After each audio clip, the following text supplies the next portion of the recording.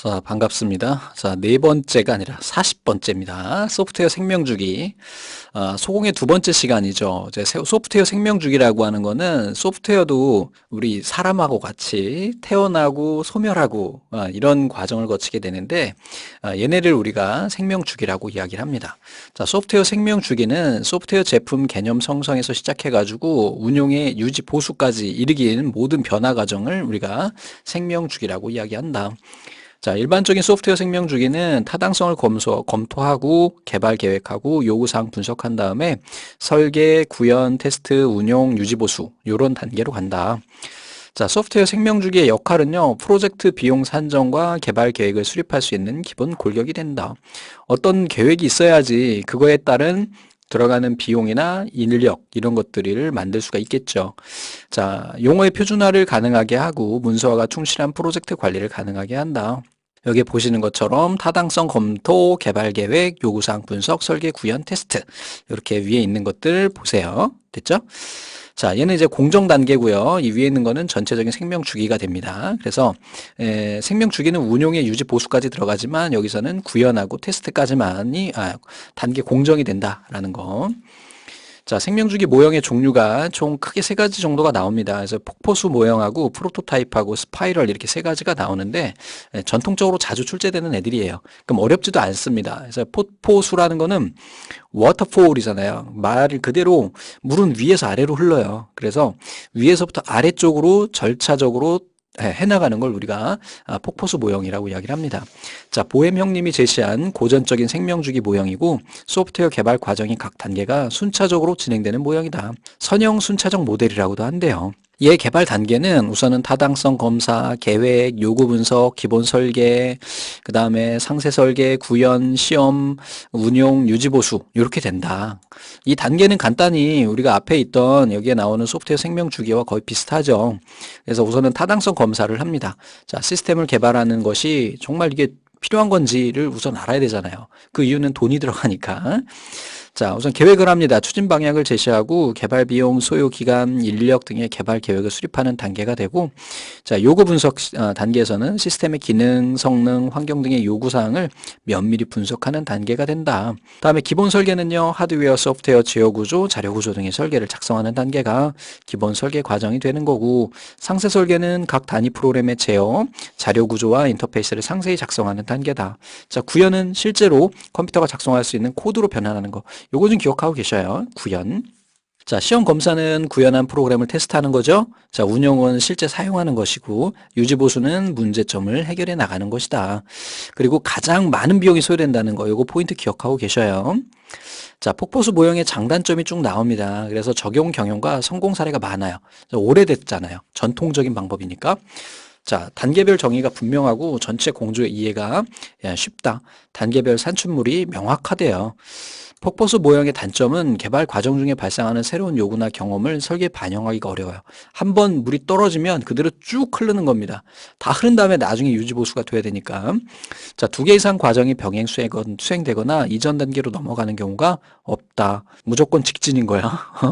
자, 이전 단계 오류 수정이 좀 어려운 단점이 있다. 다음에 이번에는 이게 프로토타입이에요. 프로토타입이라는 거 많이 들어보셨죠? 시제품이야. 우리나라 말에 아니라 한자어로 이야기했을 때 시제품을 만들어서 이거를 결과물을 예측하는 모형을 우리가 뭐다? 바로 프로토타입 모형이다. 자, 개발이 완료되고 나서 사용을 하면 문제점을 알 수 있는 폭포수 모형의 단점을 보완하기 위해서 만들어진 거예요. 그래서 미리 만들어 보는 거죠. 프로토타입 모델의 개발 단계는 요구 수집, 빠른 설계, 프로토타입을 만들고 고객에게 평가를 하고 프로토타입을 조정해서 나중에 최종 구현하는 방법이 되겠습니다. 자, 얘의 장점은 발주자나 개발자 모두에게 공동의 참조 모델을 제공해요. 결과물이 명확하니까, 그지? 프로토타입은 구현 단계의 골격이 될 수가 있고 최종 결과물이 만들어지기 전에 의뢰자가 결과물의 일부 또는 모형을 볼 수 있는 장점이 있죠. 요구사항 충실히 반영할 수가 있습니다. 그죠? 시제품을 볼 수 있으니까. 단점으로는 프로토타입과 실제 모델의 차이로 인해서 사용자의 혼란이 생길 수가 있어요. 프로토타입에서는 이렇게 했는데 이거 실제로 써보니까 그렇지가 않더라. 그러니까 뭐 대표적인 게 뭐가 있어요? 모델하우스. 그래서 저도 깜짝 놀랐어요. 자, 모델하우스에 딱 갔는데 너무 이쁘게 잘 돼 있는 거예요. 보통은 가구도 다 맞춰서 인테리어가 싹 들어가잖아요. 그런데 들어갈 땐 뭐예요? 텅텅 빈 상태로 들어가죠. 그리고 벽지도 그렇고 자재들도 그렇고. 자, 프로토타입 실제 소프트웨어의 차이로 인해서 혼란을 야기될 수가 있고, 프로토타입 폐기로 인한 비경제적일 수가 있다. 계속해서 만들어내야 되니까요. 자, 그래서 이제 나온 게 이제 나선형 스파이럴 모델이 되는데요. 이것도 보엠 형님이 좀 전에 우리 워터폴 만들었던 제시했고요. 반복적인 작업을 수행하는 점증적 생명주기 모형이래요. 점증적 모형, 집중적 모형이라고도 한다. 소프트웨어 개발 중에 발생할 수 있는 위험을 관리하고 최소화하는 것이 목적이고요. 이렇게 생겼어요. 스파이럴. 이렇게 가는 거예요. 그래서 나선을 따라 돌아가면서 각 개발 순서를 반복해서 수행하는 점진적 방식으로 누락된 요구사항을 추가할 수가 있어요. 워터폴은 중간에 넣을 수 없었다고 그랬잖아요. 이제 나선형은 그게 가능하다. 또 얘는 유지 보수 과정이 필요 없어요. 왜? 개발 과정 중에 수정이 일어나기 때문에. 다음에 나선형 모델의 개발 단계가 나와요. 계획을 수립합니다. 그래서 기능, 제약 등의 세부적인 계획 단계고 위험 분석을 해요.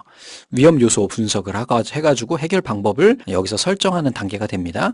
공학적 개발은 기능 개발 및 검증 단계가 되겠고, 고객 평가 단계에서는 결과물을 평가하고 추후 단계 진행 여부를 결정하는 단계래요. 자, 얘의 장단점이 나옵니다. 장점은 위험 분석 단계에서 기술과 관련된 위험 요소들을 하나씩 제거해 나감으로써 완성도 높은 소프트웨어를 만들 수가 있어요. 비용이나 시간이 많이 소요되는 대규모 프로젝트나 큰 시스템 구축에 유리합니다. 대신에 위험 분석 단계에서 발견하지 못한 요소로 인해서 문제점이 발생할 수가 있습니다. 적용 경험이나 성공 사례가 많지 않다. 문제를 한번 쭉 보겠습니다.